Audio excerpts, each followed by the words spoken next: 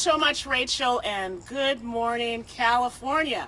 It's great to have all these city officials here in Sacramento with us.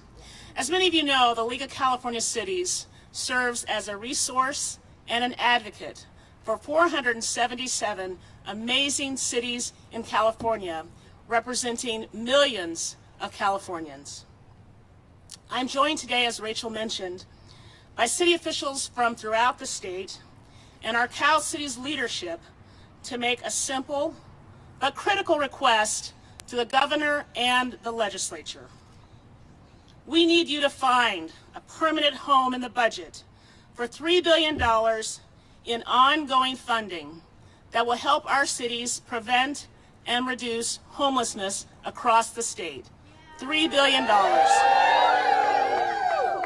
We will also use those resources to help boost, importantly, to help boost the production of affordable housing across our state. The state's affordable housing crisis and homelessness crisis is worsening by the minute here in California. 7 in 10 Californians view housing affordability and homelessness as the top challenges facing our state. And that means it's a problem in their communities, and there's a growing concern amongst residents that our future generations will not be able to afford a home in California, and we can't let that happen. City officials deeply understand that we have a housing and homelessness crisis. After all, they see it every day in their communities. In the last few years, our cities have accelerated their efforts to find innovative solutions to house Californians and to ensure that our most vulnerable residents have housing and the services that they need and that they deserve.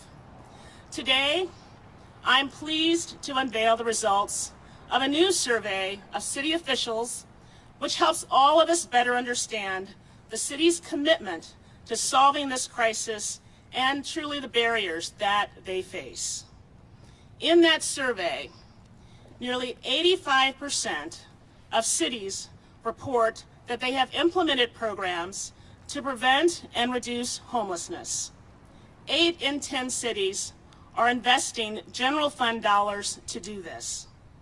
However, the demand for housing and services are outpacing their efforts alone, straining capacity and draining resources for all of the essential services that our cities provide.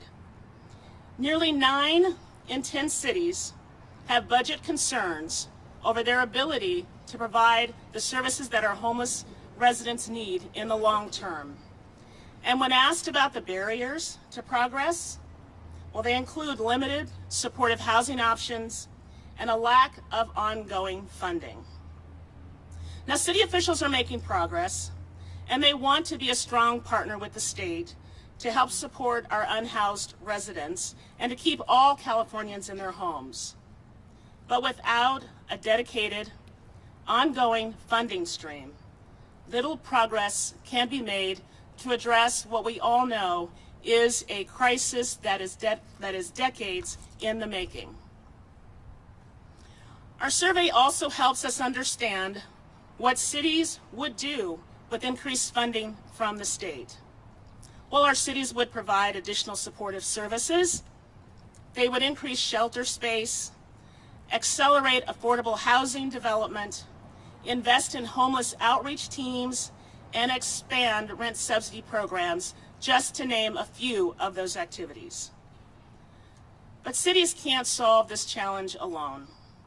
We need the state to be a strong partner with us.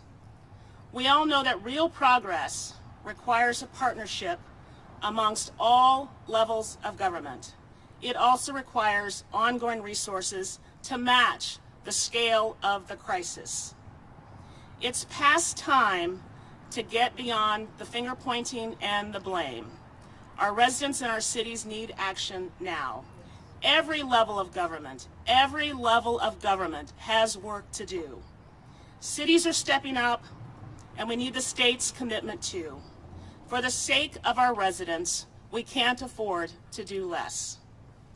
I'm proud to stand here today, side by side with all of these city officials, who understand firsthand.